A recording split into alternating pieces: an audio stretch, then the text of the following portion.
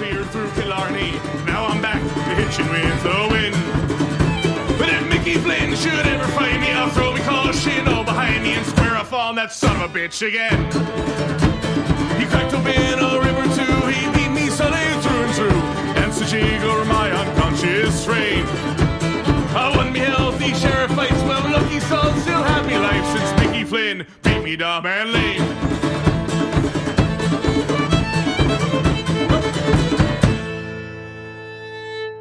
What is up, everybody? Welcome to another episode of the Chasing the Pennant podcast.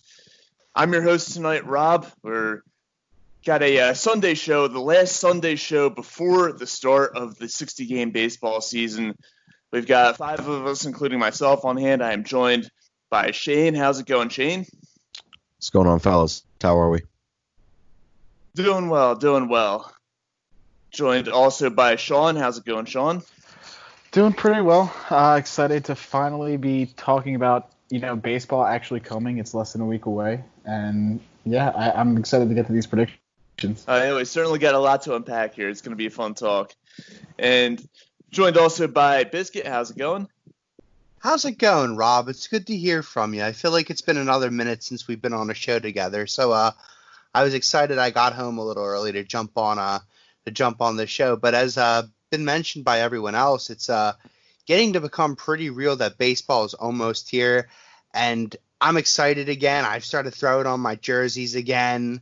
People at work are getting me amped up, reminding me, so I'm really looking forward to it. I hope this is a quick week, and Friday can't come soon enough right now. As always, great to have you on. What jersey have you been rocking lately? Oh gosh, I wear so this entire week my plan is to wear a different jersey every single day to start the day for work, and our morning check-in calls that we do on Zoom. But lately, I actually, for my anniversary, Mary Kate got me an Andrew McCutchen jersey, so I've been wearing that a couple times. My powder blue Bryce Harper. I have a red, batting practice road jersey, Scott Kingery that I like. It's pretty sharp. Just kind of whichever one I feel on the day, whichever one takes my breath away that day is the one I throw on. So looking forward to having a fun week with that. Oh, there you go. That sounds like a good idea to get the jerseys going in preparation for the baseball season coming up. And lastly, but certainly not least, we're joined by Joe Borek. Borek, how you doing? Doing well. I actually got out to exercise today, just wrapped up playing some basketball and getting a nice refreshing shower, so I'm nice and energized to talk some baseball. So doing well tonight. How about you guys? How about you? Doing very well. Good to see you getting your exercise in. Me personally, I went to a restaurant today for the first time since the whole pandemic started, and it was pretty awkward. Where'd you go? Yeah. I'm not going to name drop, but it was a place in Doylestown, and it was weird because they had a requirement to wear the mask upon arriving at the restaurant, but once you got in, you could take it off because obviously you can't eat with a mask on. And it was just weird because my friend and I were there, and the waitress had her mask on, and she was doing her damnedest to stay, as far as away from us as possible while she was interacting with us, taking our orders and such. It was just a weird situation. It's kind of odd to be back in a restaurant for the first time. Could you imagine if they made you eat with a mask on? It's like, sir, don't you dare take your damn mask off. You eat around that mask. You put your fork around that mask. It's like, okay. Borek, never exercise again.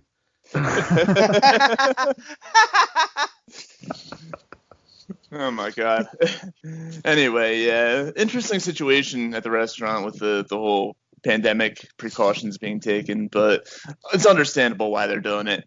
Anyway, we've got baseball season upon us, and that means it's time to make predictions. And guys, I know we talked a little bit before about where we thought the Phillies would end up in terms of their win totals and things like that, and where they stack up against the rest of their division. But tonight, this final Sunday episode before the start of the season, is the episode in which we will make our official 2020 60-game regular season predictions. And we'll start with the Phillies one-loss total. If you want to double down on what you said before, if you want to roll back and make a different prediction based on what you've seen from them over the exhibition games, go right ahead. But This is it. Final predictions before the start of the 2020 season. In terms of win-loss totals, and you can give some reasoning and get into why you feel the way you do about your prediction. But, Sean, we'll start with you. Where do you see the Phillies finishing in the division, and what do you see their win-loss total being? So I think they're going to win. Obviously, I think they're going to finish the season positive. I mean, we're all hoping they do, but I really do. I think they'll win around 35 games. Whether or not that's good enough to win the division, I don't think they will technically, but I think they do have enough. I mean, at 35 wins, I would think they could make the wild card. I mean, I suck at math, but 10 games over 500 in a 60-game season comes out to what, like maybe 25-ish games over 500 in a full 162? So you're talking, a 93, 94 win team right there. In a 162-game season, which normally would be good enough to win a division. So I think that 35, personally, I think 35 will be enough to win a division. I would hope so. I mean, I think all those numbers have to be taken, with a little grain of salt because, I mean, there's just so many fewer games that it's kind of hard to judge it based on an entire season. So, I mean, we could win 35 and the Braves could win 45. I mean, there's no way of telling how this season's going to go. But so with that being said, you're the one who brought it up in the group chat of how many wins, something that everybody's favorite Phillies announcer, Ben Davis, brought up. How many wins how many wins will be necessary for any team to win the National League East? And where would you say that number is given you predicted 35 for the Phillies? See, and Tom McCarthy's number was kind of perfect for me. He responded after Ben Davis said 32, and he said it's going to be that scrappy of a division where the division winner is going to end up having 32 wins. I think it'll take around what Tom McCarthy said, 36 to 37. I think around that number is what you're going to see for maybe a handful of divisions. I think the Yankees and the Dodgers both win about 37-ish games. So, I mean, it's still way too early to tell, and that's how many games over 500, but it's going to be interesting. So there's your official prediction, 35 wins for the Phillies, and you said 36 to 37 for the NL East, which means they'll be right in the thick of it until the end, but it probably goes to another team, be it the Braves or the Nationals. Is that what you're predicting? Yeah, that's going to be my official podcast statement prediction. So do you think that 35 is enough for a wild card spot? Yes, absolutely. Okay, well, there you heard Sean's prediction. Now we will move on to Shane. Shane, how do you feel about this? So I like what Sean said about the division's just going to be that kind of a scrappy division. I do think this is probably the best and deepest division in baseball. It's going to be a grind. So I've said all along, especially, removing the kind of season that we're going to have, it just seems like it could genuinely be anyone's. I've remained that I feel like they're still just a 500 baseball team right now until they prove to me otherwise. But I'm going to double down on what I said the other night with some of the guys that are on right now. I think the Phillies are going to beat the hell out of people outside of the Mets. I think it's going to end up being the Mets that hit that 36 to 37 wins if they can get healthy and get right. It's a big if, but if they do. And then I see the Phillies sitting there somewhere around that 34, 35, kind of the same as Sean. So ask me in a week, it might change again. It's just such a bizarre season. Hey, Biscuit, are you done covering your ears after hearing that Mets prediction over there? Oh, boy, oh, boy, oh, boy. You know what? It's possible, though. As Shane mentioned, the Phillies just really need to prove themselves. And as opposed to not just the Mets, but the Nationals and Braves as well, that have all, shown, huge signs of success over the last couple of years. Obviously, with the Nationals winning the World Series, Braves winning the two last National League East division titles, and the Mets having that incredible second half. The Phillies have their work cut out for them. I hear people who say, the Phillies have a great lineup. They have a deep lineup. They should be able to score a lot of runs. And that's all true. But as I mentioned on another show, the Phillies haven't proved that they could do that yet, no matter how talented on paper that team is. Whereas, as I just mentioned, those other three teams have shown that they can be successful. And as of right now, I agree with Shane. It's really hard to sit here and make a prediction when, kind of like similar to last year, you're going into a new season with new players, a new manager, a new office, a new kind of look. And, it's just kind of hard to see the actual product, the actual finished product right now when they just haven't proven themselves. Yeah, I think that's a fair point. Shane, going back to you for a moment, I just want to make sure we got your exact prediction in here. You said around 500. Are you literally saying 30-30, or are you just somewhere in the ballpark there? Oh, no. I said probably around that 33-34. Okay. Is where I think, because I do think they're going to beat up on people this year. But it's just so hard to tell. And what do you have the number at for winning the division? Same thing, around 36-37. I think that's going to get it done for most divisions. So with that being said, you and Sean both have the Phillies finishing just a couple games out of the division lead. And would you be in the same boat as saying that they're a wild card team, or do you think that's out of the reach for them as well? No, I think they're a wild card team. I do think it's going to be tight. But I think this is the year that, and it's a weird year, but I think this is the year that they get themselves back into the postseason, even if it's ends up being just a game. It is what it is. But I think it's incredibly important right now for this core to take that next step. Yeah, I think that's pretty well put. I kind of have them around the same. I think I went and I said 33-27 last time I made a prediction. I think I'm probably going to stick with that. And yeah, I'm thinking mid to high 30s probably for the win total as well for the NL East. So it'll be fun to watch. I think that they'll be in it until the end. I just think that two of the teams, I'd say at least the Braves and the Nationals, if not the Mets, are probably going to be ahead of them. But it'll be fun to watch. Biscuit, going back to you, what's your win total prediction for the Phillies this year?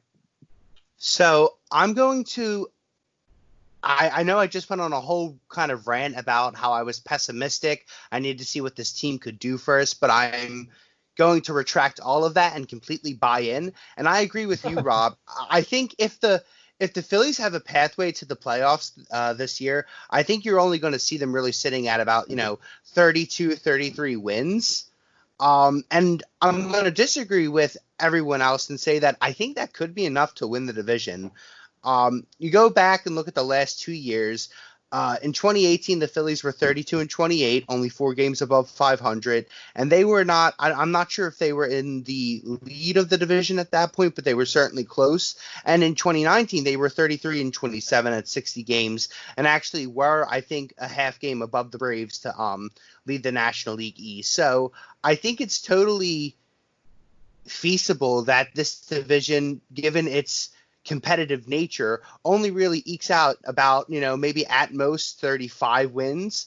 And if the Phillies, everything kind of breaks their way, I could totally see them kind of getting around that threshold. But at the same time, I'm not too ready to buy in and say that they're going to win the division. I think that's what remains to be seen. But I think if the Phillies do have that kind of window to make the playoffs this year, I think 33 would be that perfect number for them to get. All right. And so since you're our Mets hatred aficionado here, how many wins do you think the Phillies pull out against the Mets this year? Oh, God. Even when the Mets were getting hot, I still feel like they were a team we played pretty well against throughout the entire season.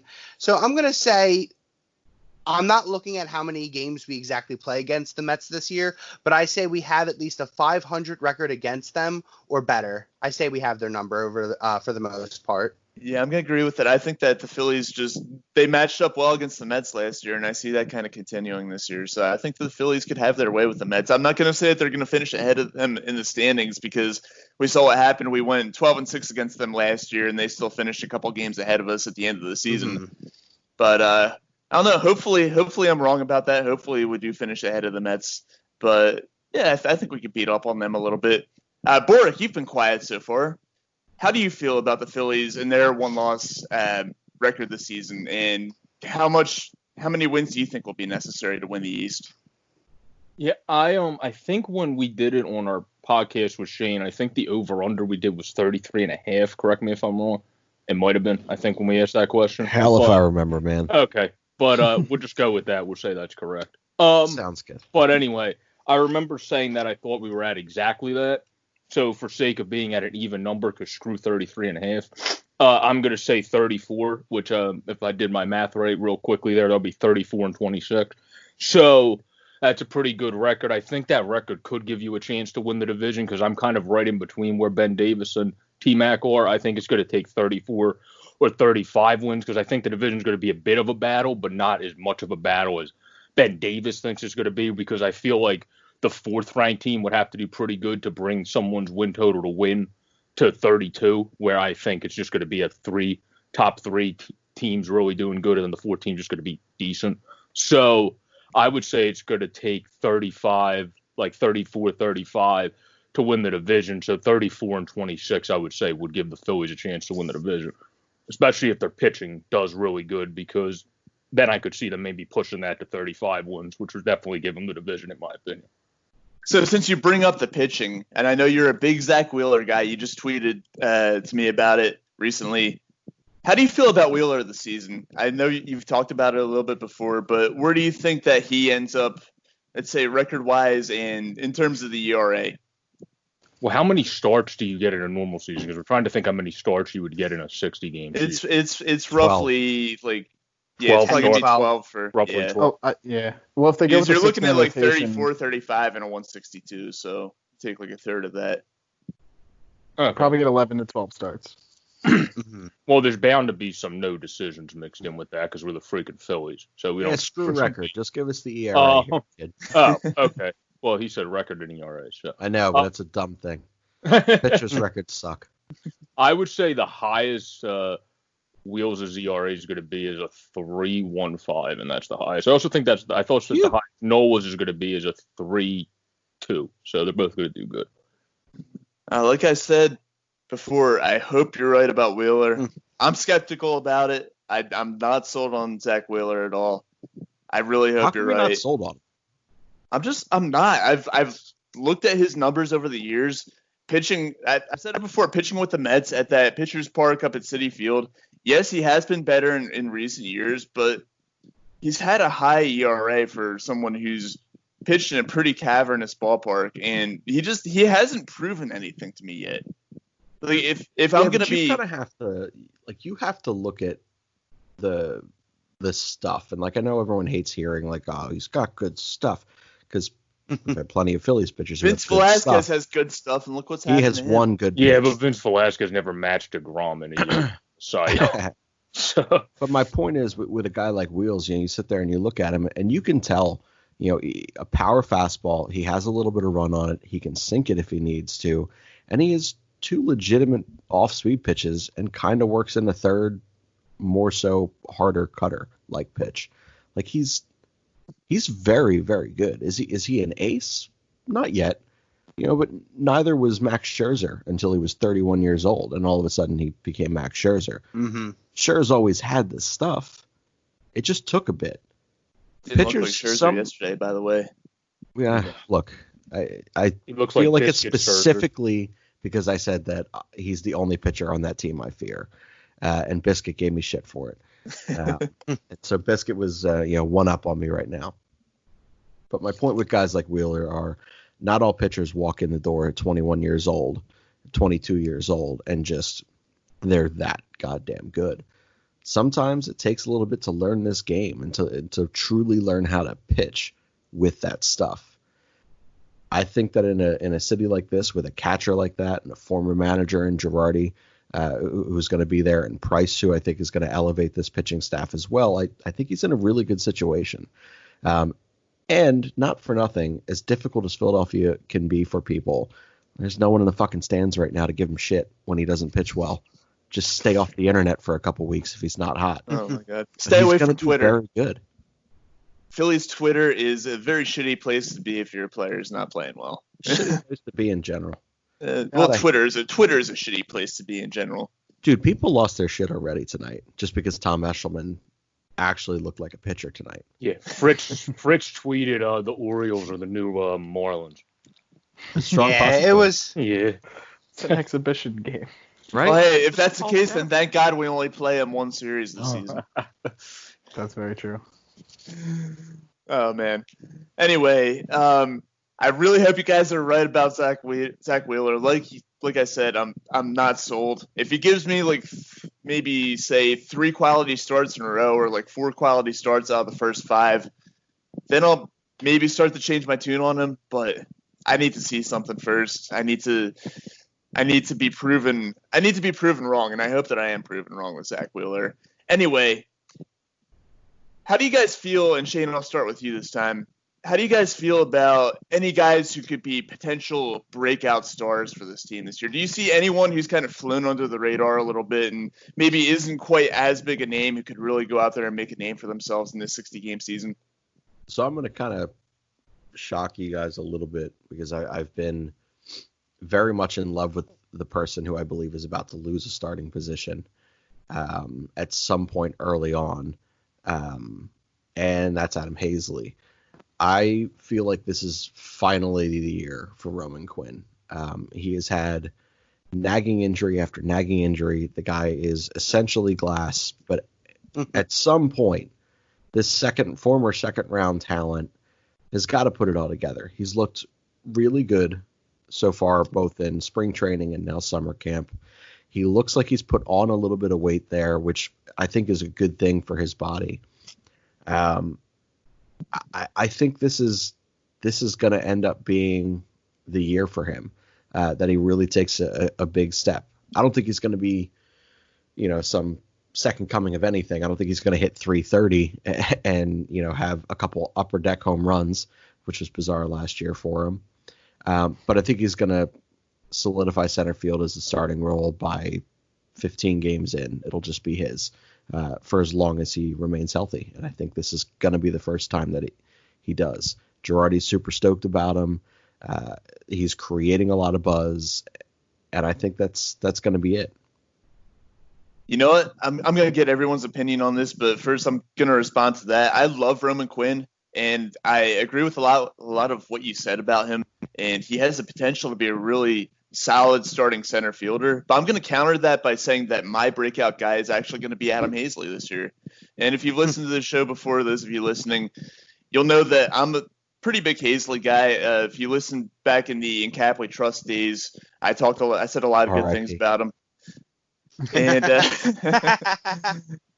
yeah, I'm still gonna stay on that hill. I'm a big Hazley guy, and I think that we saw a lot of good things out of him last season. We saw some sneaky pop. We saw him make good contact. We saw him play well defensively, even went out there and had a really nice home run robbery against the Cincinnati Reds. That was beautiful. Yeah, it was. I need to go watch a replay of that. But yeah, I'm gonna say Adam Hazley is gonna maintain his starting spot in center field. I think he's gonna hit maybe 290ish, maybe even push 300. I think he's gonna have continue to have that sneaky pop that he showed last year. He's gonna be primarily a singles and doubles hitter, but I really like what he could potentially bring to the table, and I'm going to say that he's going to be my breakout star for the Phillies this year. Bork, do you have anybody in mind who could be a breakout guy? Yeah, well, since you took mine, I'll go to my secondary person. I'll go with Kingery because he's put together hitting sprees, especially at the beginning of last season. Then he tampered off, so you figure, especially because this year he added some muscle, he's going to have to put together consistent hitting at a certain point, being a former second-round pick himself, has a lot of talent, obviously can play wherever the hell you want to put him pretty much. So he's a guy that I think is going to put it all together this year and probably hit above the 270 threshold. And then, obviously he's going to do good on the bases. I think Girardi's actually going to run people and not just have them sit there when they have speed. So I would say he's going to have some more steals, and he's going to be a pretty effective player for us and score a lot of runs too. So Kingery would be my guy. Scotty Jetpacks. Love it. What about you, Biscuit? Do you have anyone who you think could break out this year? I literally was sitting here when you first said the question, Rob. My first thought was going to be Adam Hazley, and then you immediately, used him, and then I was going to go to Kingery, but Borek brought him up, so I'm kind of stumped on who I want to think about right now. But I'm just going to echo really what you said about Adam Hazley. I think at the end of the last season, though his bat wasn't anything too spectacular, it really looked like he almost kind of earned the job in center field. I thought he played well enough out there defensively. I think he exceeded expectations out there defensively. And like I said, sure, the bat wasn't anything too spectacular, but it was serviceable. And I think right now I'm not sold on Roman Quinn. I think he has perhaps a little bit more upside out of him and Hazley in the long run. However, he has not proven himself that he could stay on a field. The bat's, still very inconsistent. Even when he's on the field, it's not like he had any amazing stretches. I think he had that one good stretch last year before he got injured. But like I said, he can't stay healthy. So I really think at the end of the day, though Roman Quinn's going to have a big role on this team, I think it's Adam Hazley's job in center field for right now. I think it's his job to lose. And as Girardi mentioned, I believe it was like a day or two ago, whoever gets hot is going to get the most playing time there. And, obviously something could change if Quinn, goes on a tear. But I just think to start and to get his feet wet, it'll be Adam Hazley on opening day. I'm sorry, go ahead, Borek. No, I was just going to say, we have to remember, he was hitting like around 300. Like, I think it was Rob, you said he could hit around 290 to 300 when we sent him down.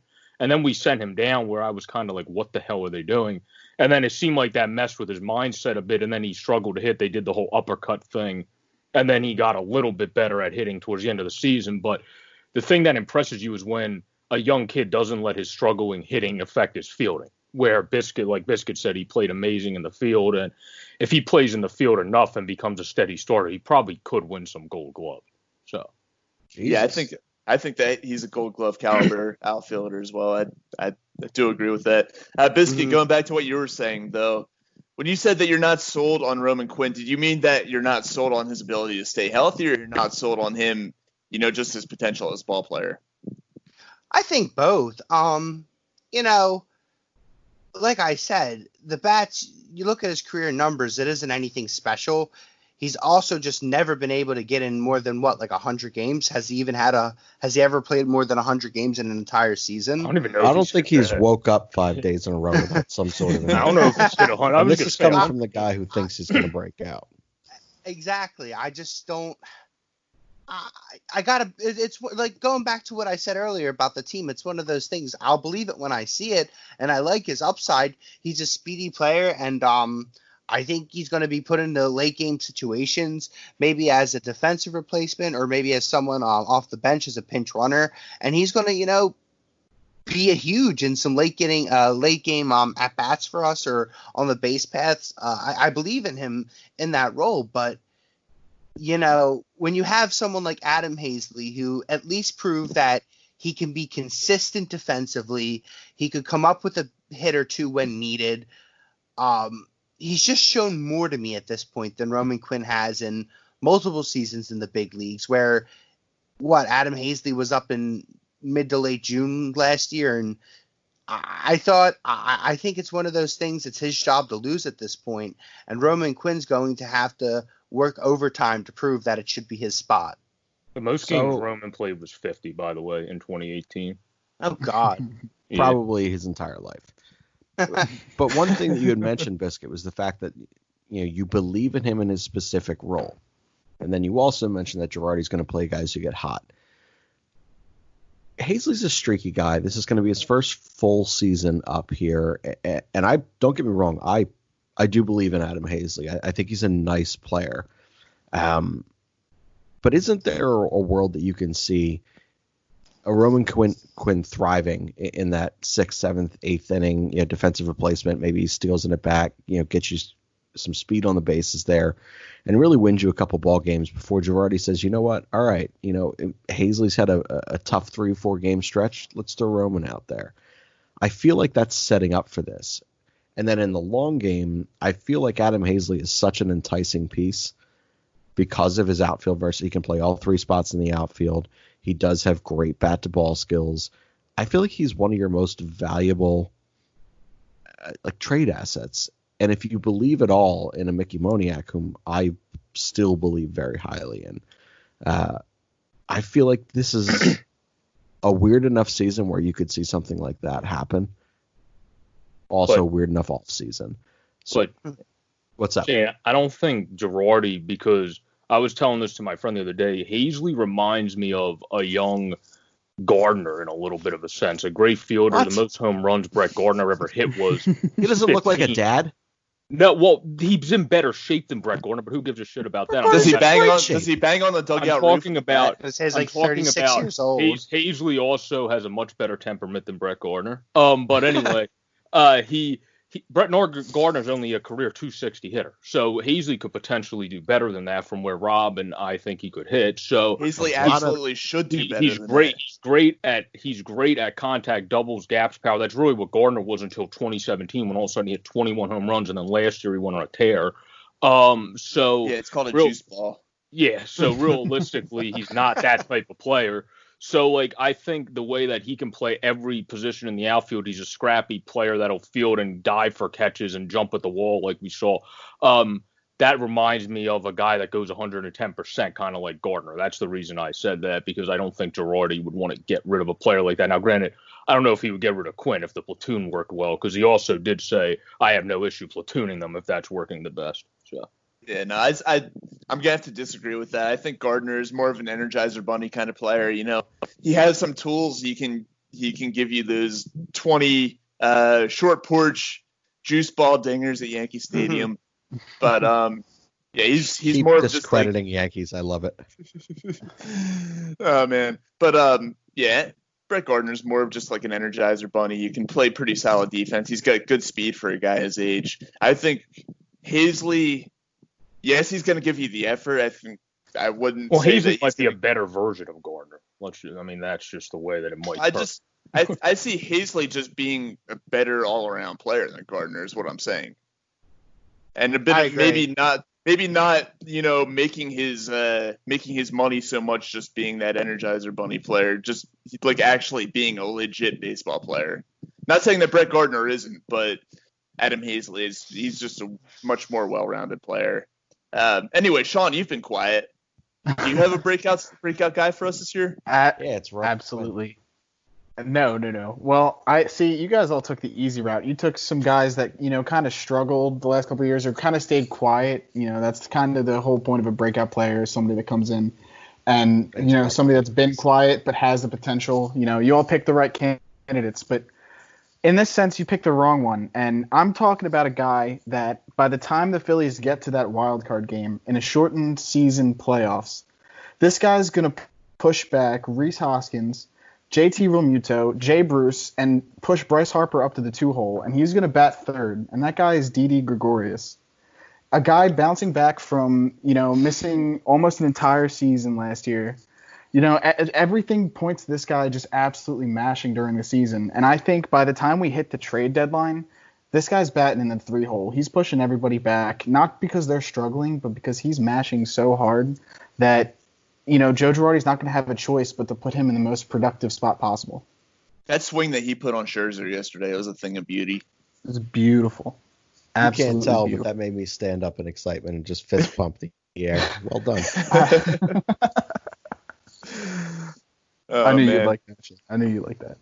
It was a quality Didi, poll. yes. I was not thinking Didi at all because I think he's a stud, but he is coming back from a pretty severe elbow injury and an off year last year. You right now, masked Didi is going to be We got a question the about 3-hole that. hitter. He is going to be the 3-hole hitter by the time this Phillies team makes it to a 1-game playoff wildcard game.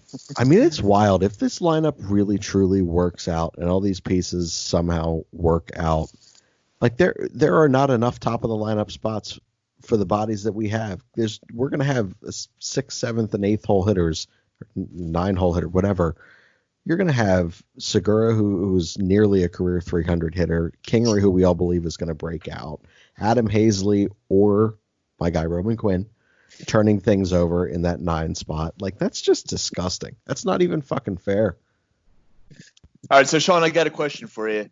If Didi continues to rake with a mask on, does that have the same effect, say, as Brad Miller's bamboo last year? Do you think that maybe more members of the Phillies start rocking a mask in hopes that it's going to be some sort of a good luck charm? Oh, I need him to come up with his own original mask, like something that really stands out. You know what? Like, make it like the dog mask for the Eagles the year they won the Super Bowl. Make it something that is so likable and so, unique kind of in its own way that it blows up and it becomes the next trend for the season. Let's just send him some CTP ones. See if he wears them. Yeah. Free Hey, advertising. that shit he broadcast, spilled off yeah. your sports network has some shit going on over there, right? Right? All the Flyers, they all wear that stuff. Just send some stuff over. We'll see how it if he wears goes. it. I know, right? Hopefully he'll wear it for a few post-game interviews and we'll get some free publicity from it. Yeah, that's what. And it makes sense. We're chasing a goddamn pennant finally. All right, well, we've got some fan questions to answer, but first of all, I want to tackle one last thing here. And I personally haven't seen a whole lot of them because I just haven't been able, because of work, I haven't been able to watch a whole lot of the exhibition games. But it's been said that Rhys Hoskins, despite the adjustments that he's made, does not look a whole lot improved over what he was in the second half last year. And guys, you just feel free to jump in here. I'm not going to call on any one of you, but those of you who have been able to watch these exhibition games, what's your take on Rhys and what's your feeling on him going into the season? Believe in him. Just believe in him. Hit a couple that- balls is hard that- You're today. that you're blind saying that faith, because or of is the that- stash. Look, Is I that love blind the faith, stat. or is that just based on what you've seen? No, it's based on what I've seen. He didn't make any earth-shattering adjustments to his actual swing. Honestly, I think last year he just got in his head. I also 100% believe that he overachieved immediately walking into the door. When he comes up and hits 97 home runs and 83 at bats, crazy. He had an insane half of the season when he first came up. Guy was literally Rhys hitting is- home runs in his sleep. Yeah, but when Rhys is right, man, he doesn't swing at things outside of the zone.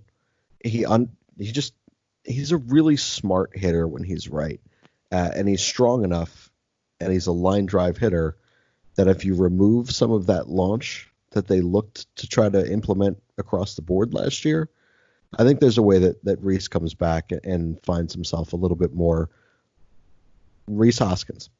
Rhys is hitting Player that he wants to be. 265 in the spring. He's gonna be I thought fine. you were done. Yeah, I thought you were done on my bad. But I was going to say he's hitting 265 in the spring. His only issue is K still.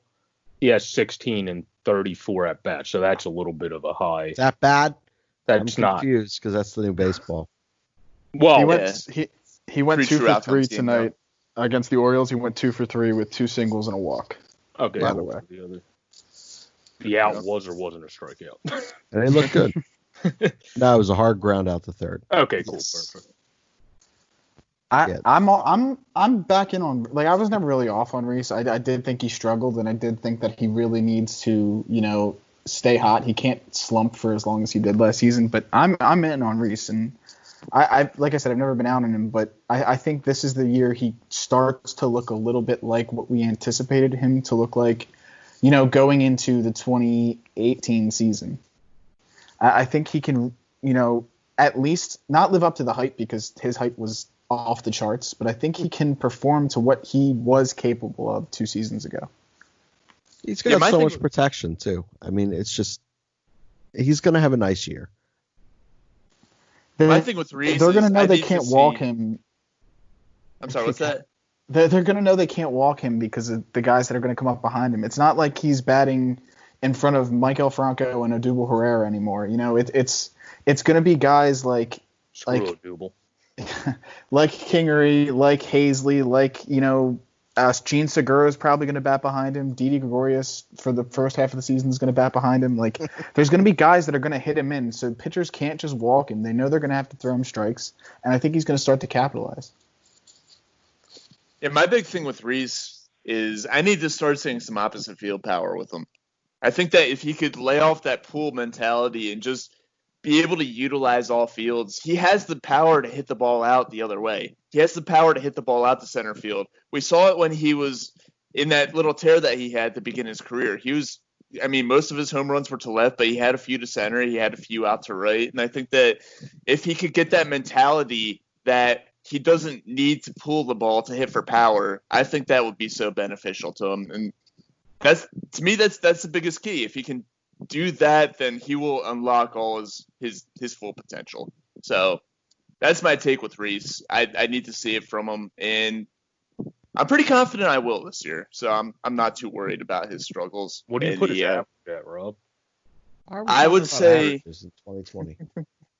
I'm just curious. Oh, He's actually hitting pretty decent of an average in the spring training for having the strikeouts he has. Normally, you wouldn't hit 265. Oh my God.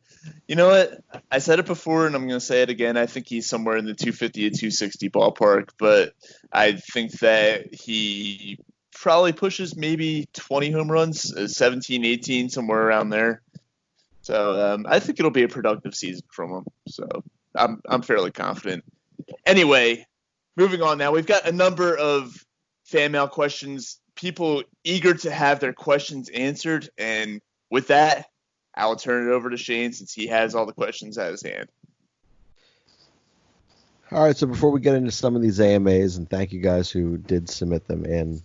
Anytime you guys send us good questions, we appreciate it. I'm going to ask you to pause the podcast. I'm going to ask you to drive over to Just Food. Give him a call first. Let him know what you want. It's 215-794-FOOD, 215-794-3663. He's going to tell you to treat yourself. He's going to give it to you to take home. It's fucking delicious. Go visit our guy Asian Rob over there at Just Food. Then come back, unpause the podcast, eat you fatty whilst listening to us. I can say fatty because I am one. All right, so we got, 20 questions in or so. So we'll go through a handful of them. So we're going to rapid fire this. So I'm just going to ask any one member of the podcast a question. If you disagree, let's get into a debate then. You don't have to wait for things. No raising hands. Just chime on in. We'll answer as many as we can in the next, say, 20 minutes, and we'll close this one out and save some of them for Tuesday's show. We'll do a little AMA on Tuesday and Thursday as well. So the first one we have in, I'm going to go to Sean first on this one. Outside of the obvious 6 people in our rotation, you had mentioned the 6-man rotation earlier. How many pitchers do you believe start outside of those 6 for the Philadelphia Phillies this year? So who are you referring to as the starting 6? Nola, Wheeler, Pivetta, Eflin, Arrieta, and Velasquez is who this person sent in. Spencer Howard is going to get a start. And I truly believe that, I think those 6 are going to get a start. Howard is definitely going to get a start at some point in the season. That's 7. And I do think at some point you're going to see one of, maybe not, and I was going to say Aniel De Los Santos. That would have been a mistake. I don't know if he is going to come up, but I do think Ranger Suarez is going to get the chance to start at least one game. Depending on how the season goes, we might end up trading away one of Pivetta or Velasquez. I mean, anything can happen this season. So I do think Girardi, when Ranger Suarez gets healthy, I do think Girardi is going to try and stick him in the bullpen. But I do see at least 7 or 8 guys getting starts. Yeah, I could see Suarez getting a spot start as well. And also, potentially, since he's done it before, Adam Morgan maybe getting a spot start. That's a very bold prediction. Yeah, I think he's just he's the lefty specialist now. Yeah. Depends on the situation. Maybe using him as an opener or something like that. I do think we're going to get that. I could see if Connor Seabold becomes one of our long relievers and does well, getting a spot start if there's injuries or someone's out for a week for the virus or whatever. I could see, because he's good at locating the strike zone, so you're not putting a Pivetta-esque guy that could just be all over the place in there, so you at least know you could probably get 4 or 5 innings of someone locating the strike zone. So he's pretty stretched out. I think that's a good call. Yeah. All right, so we got about anywhere from 2 to 3 people getting it starts outside of that additional 6. You mentioned some potential trades. I'm so nervous about trades this year. I just don't know what.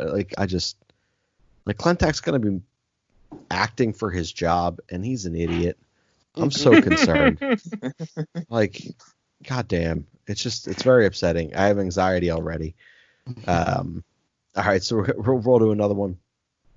I didn't totally get this question, but I'll ask it and see if you guys get something out of it. I'll go to Rob for it, just because he's creative enough to pull something.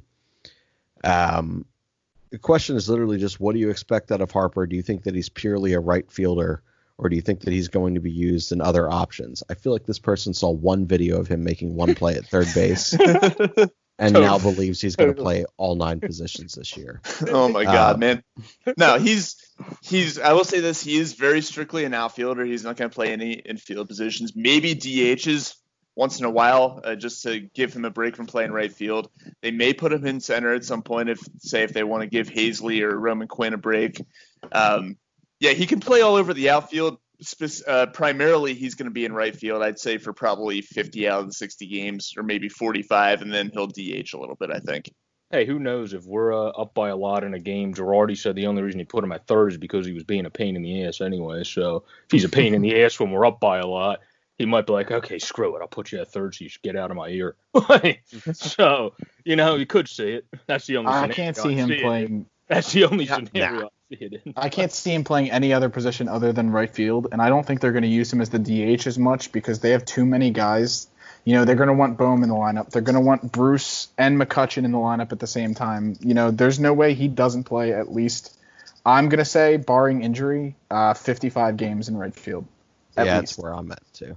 I think he will get time in the DH spot just because I think he's going to play all 60 games. And I think on those days when he's not in the field, because you can't have him go 60 full games in this type of shortened season where there aren't as many off days in right field for all that time. So I do think he'll get a little DH time just because I don't see a day.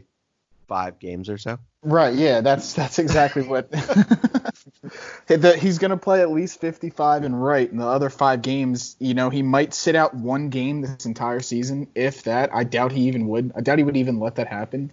But that he's not in right field, he's going to be in the lineup as a DH. I could see him playing 59 games and 1 game as a DH just for an off day. Okay. I thought you were saying that he was sitting out. I misheard. I'm sorry. There's no way he's not going to be in the 60 games. He's going to want to put up MVP like numbers, and he's going to. So there's no way he's not in the lineup. Fair enough. Yeah, that's kind of what I was getting at too. I think he plays all 60 games. I just think he doesn't play every single one out in right field. I think he gets maybe 6 or 7 at DH and maybe a couple out in center. I'm glad you guys got something out of that question, because when it first came in, it was ridiculous to me. All right, I'm going to go to Biscuit on this one. All right, so we talked a little bit about Reese, but this person was curious. Basically, the question comes in: Reese was awful the second half of last season. Which Reese Hoskins do you expect to show up this year? And also, which Reese Hoskins do you believe is the real Reese Hoskins? I know who sent this question in. They're a huge Reese Hoskins supporter, and they feel like last year was 100% a fluke and that he's actually a superstar. So I'm curious, what's your take on Reese, and who do you think is the real Reese? In other words, watch your tongue, Biscuit. It's only one of our listeners. Don't worry about it. Look, I agree with what we talked about earlier with Reese when we said he really exceeded expectations when he first came up in his first full year in the big leagues. It's really to be determined what kind of player he is, because he's so good when he's hot, but he is still very streaky. Even in 2018 when he put up, at least very respectful numbers, he was still streaky then. And then, as you guys remember last year, the second half, it was no bueno. It was just really bad. The player that I think Reese Hoskins is a guy that I think is, someone who does have the pop. He does have the ability to put up in a full, 162 game season. He does have the ability to put up, 30, 35, 40 homers. He's going to get on base. I think that part of his game will always be there. I think he has a really good eye, and I think he's, as was discussed earlier, he doesn't, swing it too much outside of the strike zone. But at the same time, when it comes to him being like an all-star level player or someone who's going to put up MVP like numbers, I don't think I can say with confidence right now that he's that kind of guy. Batting average wise, I think he's someone who, I know it was mentioned maybe like the 260s or 250s. It could be even the 240s. I don't think he'll hit for anything too high this year. I do think the power will be there. I could see him with maybe getting around 12 to 15 home runs in this format. I think his on-base percentage will be there. I'm sure he'll still get on base at around like a 350 clip, which is for the kind of player that I think he is. I think that's fine for this type of format. I think he's productive when he needs to be, but I don't think he's anything too special right now, and he needs to really step up and prove otherwise if he has a sincere long future with this organization. They're gonna have to pay him too soon. Very soon. It's I mean, theoretically, I think they have 3 more years of just strict team control. But he's gonna want money. So I think you're right. 12 to 15 home runs in this format, by the way. I think that's bold. I love it. But I feel like it's bold. Anyone feel any different there on the Reese? Perfect. All right, Borek, I'm going to you, man. So you're kind of our prospect guy. You do a lot of that for the Hockey Network that you work for as well. So I'm going to give you this one. Who do you think emerges as our future bullpen ace, so to speak? So this person wanted to know potential guys who were in the starting mix who shift over to the bullpen, guys who just get outright into the bullpen immediately, and then maybe just some young guys that come up and just kind of see their role there. Who do you think fits in there as someone that we can kind of lean on to be that next Sir Anthony Dominguez, since it appears he's never going to pitch again in his life? Well, one could be because he was like the lone person that actually looked good tonight. I know he's not a prospect per se, but we have Arano coming back. Another would be Russo, who's looked very good.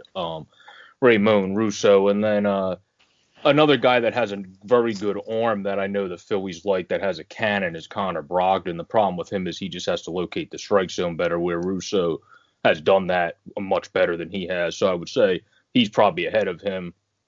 And Victor Arana would probably be ahead of both of them since he has major league experience if he continues to pitch well. So he's kind of like a comeback player for the Phillies of the year candidate in the bullpen, where I would say the kid Russo then is a guy. And then surprisingly, Austin Davis has looked pretty decent again. So, who knows? This guy, 95 lives.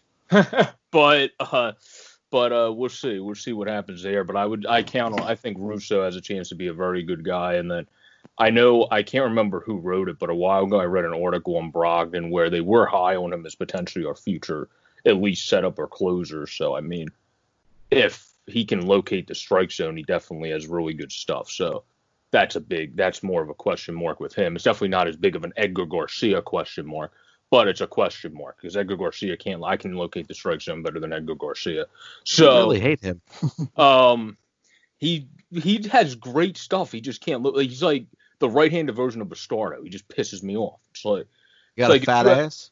If you have very good stuff that like everyone talks about, his spin rate, it's cut, it's cut or the ball is amazing. It's like great. He can't locate the strike zone for his life. So what the hell does it matter if his cut and his spin rate is great? He can't even throw a strike.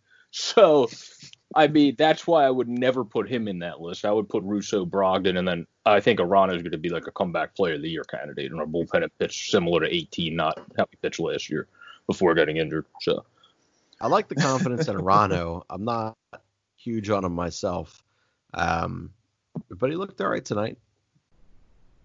Yeah, I feel good about Arana too, but then again, years ago, I also felt really good about Mario Hollins being a bullpen ace, and look how that ended out. My God, it would just. I cannot cannot tell like, you. Like 12 games. I know. Like There's no way he looked good for 12 games. Was it less Not than a that? single Maybe it was 5 games. I don't know. He might have thrown a nice pitch before. But in this new wave of baseball where bullpens are just honestly, I think they're overutilized. I'd be letting starters go deeper into games and not giving a shit about pitch counts, but that's just me. Moral of it all is the game has changed. It's shifted. You need these guys who 3-4 times a week can go out there and give you 2 to 3 innings, 3+ innings. And the Phillies just don't have that. Like we I don't miss one have. guy too. Seabold could be that 3+ inning guy. That reminded me of him when you said that he could be a 3+ inning bullpen guy if he could become along the league. I don't know that I like Seabold a lot, but I don't know that that'll ever be his role. I don't think his stuff's electric enough. I meant just for this year because it's 60 games at the league, doesn't have a lot of tape on him, so they wouldn't adjust to him until maybe after this year. So you might be able to get away with it in a 60-game stretch. Yeah, but I don't really know why you do it. Like at a certain point, you still need to do the things that make sense in the long run as well. That's a good point. He's not a guy that, like I said, he has starter stuff. Nothing's overly sexy. He's just kind of a guy. But I want that guy out of the bullpen at a certain point who's throwing 97 to 100 miles an hour with a high spin rate slide piece, and a decent change. Like I want that guy to go out there who can shut things down from the 5th to the 8th inning, and I never have to fear it. The Phillies don't have that, so I thought that was a good question when it came in. Jumping back a couple minutes too. Victor Arano in 2018 had 60 appearances in 59 innings. He pitched to the tune of a 2.73 ERA. So for you not being high on him, makes me question your judgment. But he only had 3 appearances in 2019. So because of his injuries, I still don't think they still kind of made it like he's not 100%. He was injured most of last season. Yeah, he has that stuff, 60 games. He's not 100% right now. Yeah, he looks pretty good. So. If that's your 8-man in the bullpen with the potential for a full season of a 2.73 ERA, I mean, you got to be excited for the season. I don't know what else to tell you. Nothing out of his hand explodes and excites me. Like it's just, I feel like he's just kind of a guy. And 2018 was, honestly, it was a strong year for him. Everyone had really high hopes for him last year. And then to go down, you said 3 games into his season, he was down. I don't know if it was at the beginning or the end of the season, but he only had 3 appearances last year. He's only 25 years old, mind you. No, he's a young guy last year. But not the most exciting piece out there. That's not hater-like guy. He pitched about 4 innings, and I think 3 games, 3 appearances, 4 innings. Gotcha. So nothing. No bueno. Yeah, I think he got injured after that. I don't think it was. He was injured. Yeah. And if tonight's any indication, I think there's a bullpen spot waiting for him. Hey, I mean, projections are high on him. So do you guys know how Baseball Reference is simulating the 2020 season? Yeah. So his numbers, I was just on Baseball Reference, and he's pitching, projected wise, if there was a full season, he would be 3-0 with about a little more than 30 full innings pitched. ERA at 2.23. Not too shabby at all. So maybe Jesus, I can't see that guy throwing 30 innings this year either. That's insane. I don't think my favorite stat in all of baseball is relief pitcher wins. So thank you for throwing that in, Biscuit.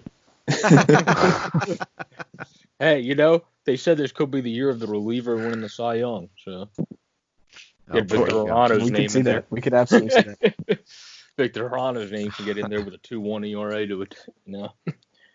All right, so we're pressing Hector up against Neris. the hour here. I love Hector Neris. I will always love Hector Neris. Yeah, we're Hector. but pressing up on the hour here, we're not going to get to a lot of these questions, so we're going to have to get to some of them on Tuesday night. We actually probably won't have a pod on Thursday with baseball opening. I would like for us all to watch as much as we can and enjoy the fact that our game is back. But we will try to get to the remaining questions that we did not get to tonight on a show on Tuesday or Wednesday, whatever the hell night we end up recording this week. But I'm going to get everyone's opinion just on this one last thing here for us. The question came in and it said, what traditional aspect of the game of baseball are you going to miss most during this pandemic season? We're seeing so many different things change about this game. You take a look at the macro things of fans not being there, and then you have to sit there and you have to see that, the guys who are playing are the only ones who are in the dugout and everyone else is spread out amongst the crowd. There are so many different precautions that are taken that some of this game is going to look really, really different. So I'm curious to see what everyone is going to miss most about traditional baseball and the way this game is enjoyed, played, and watched versus what we're going to see this year. So I'm going to start with Borek on this one.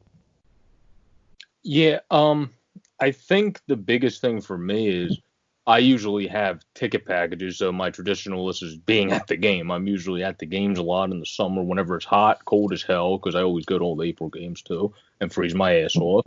And then, so I think also you see players with the great celebrations on the home runs nowadays with the dap ups and all their crazy crap they do after they get the home plate. So you're not going to be able to see that. You're going to do those stupid air stuff that only some people are good at doing and other people look absolutely ridiculous doing. So that's some of that energy stuff that you get to do is not going to be as big. So hopefully maybe some guys and pitchers will just stop being soft. Some guys will actually take up from Korea and do a Tim Anderson next bat flip every time they hit a home run and just flip the living crap out of their bat.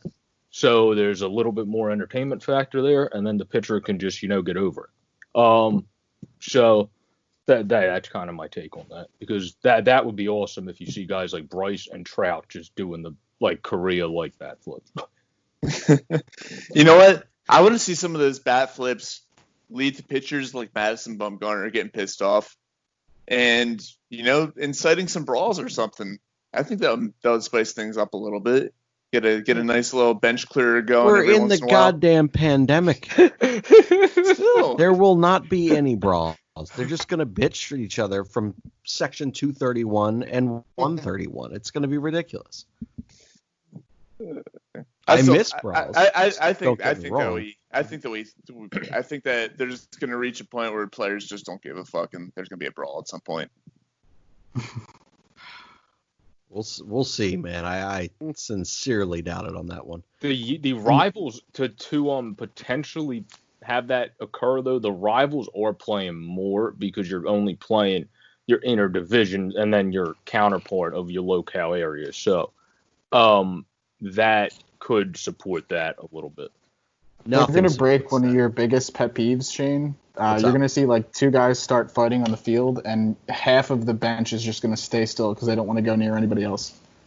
So half the team just starts running in for the fight, and the other half's yeah, I'm not going near anybody. I'm staying 6 feet away. It's just like hockey. There's just two freaking people fighting on the field and nobody else. Nobody runs up. The umpires all run in to try and break it up, and everybody else just kind of stands where they are. I cannot see any of that happening. That would be great. It's 2020. I can see anything happening on a field. All right, well, I suppose that's fair. On that note, especially because isn't Hunter Strickland in our division sure. again? What team is he on? The Red Sox? The Nationals, I think. Didn't they sign him? Somebody signed him. He was with the Nationals last year. I'm pretty sure he's still there. Who knows? Something's telling me he signed with the Mets. You're right. He did sign with the Mets. He signed with the damn Mets. You're right. So that's even worse because Shane has them winning the division. So, yeah, we might, Harper Strickland, not a good relationship there. Nah, they'll be fine. I don't think there's going to be many fights this year, just because I'm sure, I believe I read a while back that they're going to fine players for any of the social distance rules breaking. So I don't know. Maybe there's just more of an incentive not to do it. Plus, there is still the whole pandemic. You don't really want to be jumping into a herd of people. All very, very true. Sean, I'm going to roll over to you, man. What is one thing about this game that you're going to miss during this pandemic season? I mean, aside from all the rule changes, which some I'm for, some I'm against, and we've talked about that, the most traditional thing I'm going to miss is 162 baseball games, because this 60 games is going to, come and go, and it's going to feel like we didn't get a full baseball season. And, we don't think about it now because we're so excited and we're going to be so happy to watch. But when the season's over, it's going to suck, because now you got an entire off season and you just feel like you were cheaped out of baseball. Yeah, I mean, it's already sucked being halfway through July and not having any baseball to watch the first half of the summer. So, yeah, I'm with my that. My body doesn't know how to react to sitting in 98-degree heat for an entire day and not having a baseball game at night. So, you know what I'm going to miss? Extra innings without the runner on second base. I very much hate that rule. I understand why it's here this year, but it is a dog shit rule. Yeah, Also, did you guys catch the number? To fucking go after this year. 27th in all of baseball last year with Yeah. the Phillies 52% of the time. Oh I God, wish I could say I was surprised by that when Tom not at McCarthy all. said that. Yeah. 61% was the league average. We were at 52%, 27th in all of baseball. How fucking bad you got to be. No one out, runner on second base, don't score him. I lose my shit over that stuff. Yeah, it felt like it happened just about every night. Yeah, right? It's embarrassing. Just about every night. You get somebody from the top of the order who gets on base, and then Bryce, when he was struggling, he wasn't coming through in those situations. And Reese, second half of the season, he was terrible in those situations, and the bottom of the order was just dog shit. Not excellent. Not excellent. Well, like All right. Sean said, Sir Didi's going to go off for us, so he'll step up and Well, he he'll is the fix all those clutchest numbers. of clutch. So, yeah. That is true. All right, we're going to roll to a final thought here, and I'm going to go to just one final thought, and we're going to go to Biscuit because we're promising Biscuit gets to do this every single show, and I love that he does. It's so nice. So, Biscuit, why don't you give the collective Chasing the Pennant final thought here? Well, thank you, Shane. As mentioned, this is my recurring final thought. I will say this every time I'm on a Chasing the Pennant podcast episode until this no longer needs to be a final thought. But sign JT Realmuto. He is not only the best catcher in baseball, but he's going to be a Hall of Fame catcher one day. And you want him going into Cooperstown with the, Phillies hat on instead of any other team. So Clentac & Co., as always, get it done for my own sanity. And please don't allow a situation where he could end up with the New York Mets. I love how you mentioned the Mets specifically. I knew it was coming too. Well, But they're a yes, rumored absolutely. Sign that damn man. Do it right now. Yeah, it's and I think honestly, I think it is going to get done. I'm still an optimist on that front. I think it would just be a very, very foolish move.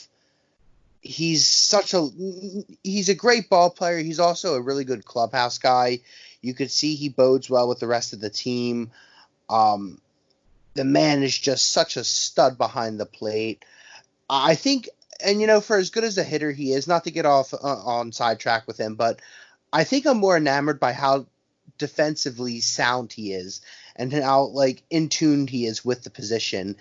It's almost more exciting for me to watch him behind the plate when he's gunning runners down than it is watching him at bat or batting.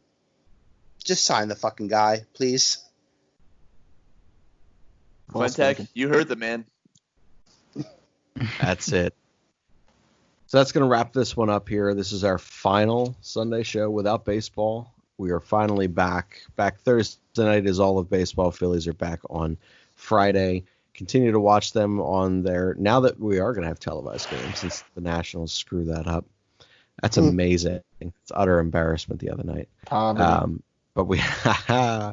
But we do have a few more baseball games for the Philadelphia Phillies at this point to get in here before we see them for real on Friday. Pretty excited about it. I know everyone else is as well. We'll be back again with another show on Tuesday or Wednesday this week. We'll figure it all out. But that's going to be it for Rob, for Borek, and for Biscuit, and for Sean. We will see you guys later in the week. A fighting man I used to be, revered and feared through Killarney. Now I'm back to hitching with the wind. But if Mickey Flynn should ever find me, I'll throw me caution all behind me and square off on that son of a bitch again. He cracked open a river too, he beat me Sunday through and through, and such over my unconscious frame. I won me healthy sheriff fights, well lucky son, still happy life since Mickey Flynn beat me dumb and lame.